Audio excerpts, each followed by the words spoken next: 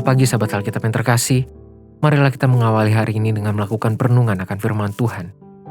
Bacaan Alkitab kita pada hari ini berasal dari kitab Kisah Para Rasul pasalnya yang kelima, ayat 26 sampai 32. Maka pergilah kepala pengawal serta orang-orangnya ke bait Allah, lalu mengambil kedua rasul itu tetapi tidak dengan kekerasan, karena mereka takut kalau-kalau orang banyak melempari mereka.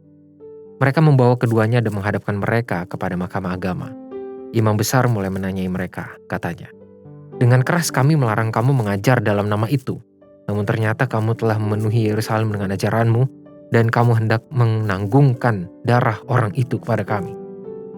Tetapi Petrus dan rasul-rasul itu menjawab, katanya, "Kita harus lebih taat kepada Allah daripada kepada manusia. Allah nenek moyang kita telah membangkitkan Yesus yang kamu gantungkan pada kayu salib dan kamu bunuh. Dialah yang telah ditinggikan oleh Allah sendiri dengan tangan kanannya menjadi pemimpin dan juru selamat, supaya Israel dapat bertobat dan menerima pengampunan dosa. Dan kami adalah saksi dari segala sesuatu itu, kami dan Roh Kudus yang dikaruniakan Allah kepada semua orang yang mentaati Dia." Tingkat kepatuhan menjadi sesuatu yang tidak mutlak baik dan selalu benar. Maksudnya, tidak setiap bentuk kepatuhan dapat dibenarkan di segala situasi dan kondisi. Ada penilaian yang menjadikan sebuah tindakan patuh menjadi benar, dan begitu pula sebaliknya. Misalnya, seorang bawahan yang diperintahkan oleh atasan untuk memalsukan laporan pertanggungan jawab pekerjaan demi mendapatkan keuntungan personal.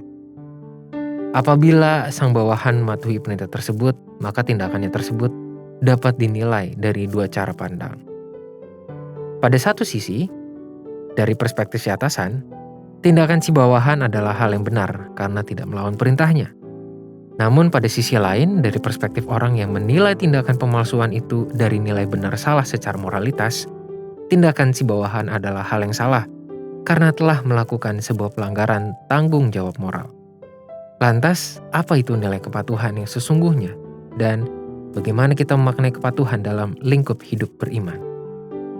Teks firman Tuhan yang kita baca pada hari ini telah menjadi contoh tentang perbedaan cara pandang untuk menilai kepatuhan yang dilakukan oleh para rasul.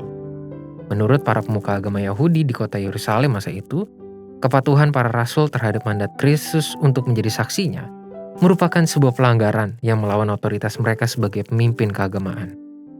Namun, menurut para rasul, kepatuhan mereka adalah sebuah penyerahan diri secara penuh pada kehendak Tuhan. Meski demikian, kepatuhan para rasul tersebut bukanlah sebuah prinsip yang dibangun di atas fondasi keyakinan yang rapuh, melainkan berdasarkan seluruh pengajaran teks firman Tuhan, nubuatan para nabi, hingga penggenapan pengajaran yang telah diberikan oleh Sang Guru, Yesus Kristus.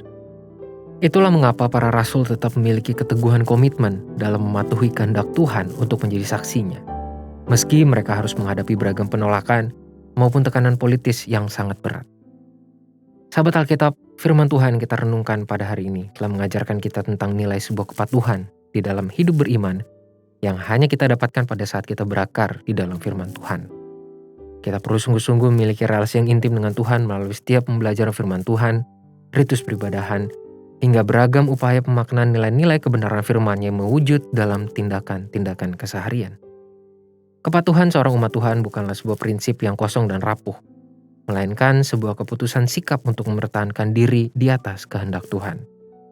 Namun, bagaimana mungkin kita memiliki kepatuhan tersebut jikalau kita sendiri tidak memiliki akar yang cukup kuat untuk mengenal nilai-nilai firman-Nya dan tidak membangun relasi yang intim dengan Sang Firman yang sejati? Marilah kita berdoa.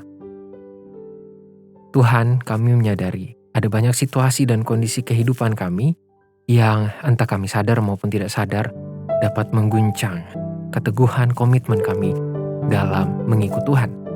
Tolonglah kami untuk memiliki kepatuhan yang kami bangun di atas dasar pengenalan dan relasi yang intim akan Engkau dan nilai-nilai kebenaran firman-Mu. Tolonglah kami untuk terus menjadi saksi Tuhan. Hanya di dalam nama Tuhan Yesus kami berdoa. Amin.